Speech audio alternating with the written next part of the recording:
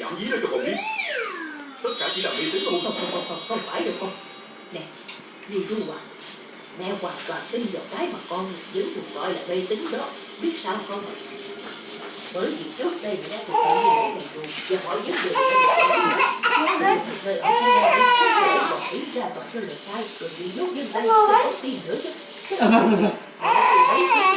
cái vì gì cũng biết. Ông ấy rất là nổi tiếng đó con.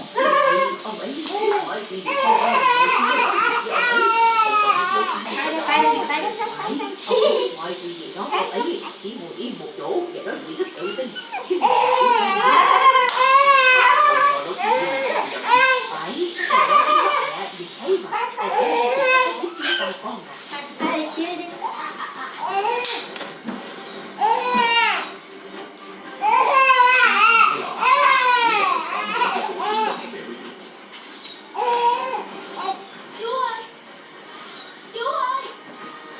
Dạ cho. Chuyện gì vậy cô? Chú ơi.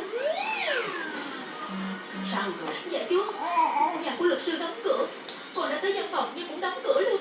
Cô đã cố gọi cho anh ấy rất nhiều lần nhưng mà điện thoại không gọi được. Thì tình cô không hiểu chuyện này là sao.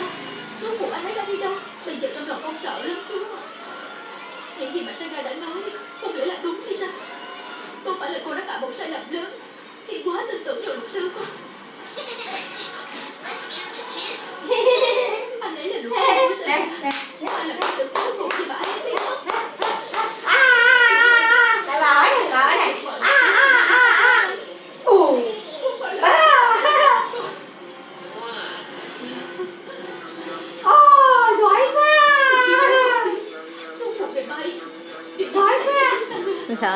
Nó sợ đồng mặt nữa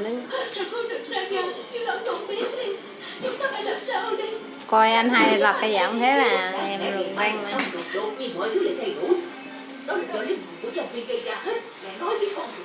Mẹ sẽ nói chuyện với tôi. Ông ấy sẽ thực hiện gì đấy. Sau đó ông ấy sẽ tìm ra. Không được đâu mẹ. Mẹ làm ơn đừng có mê tín nữa. Nhưng mà hồi nãy rõ ràng con đã nói với mẹ là con phải gặp vị tu sĩ đó. Phải. Con đã nói như vậy. Bởi vì con muốn chứng minh cho mẹ thấy một điều. Ông tu sĩ lừa đảo. Ông ta hoàn toàn không có phép thuộc như mẹ nói đâu. Từ bây giờ trở đi con không muốn nghe. Để chuyện mê tín như vậy ở trong ngôi nhà. Ngay mãi là ở phía ngoài.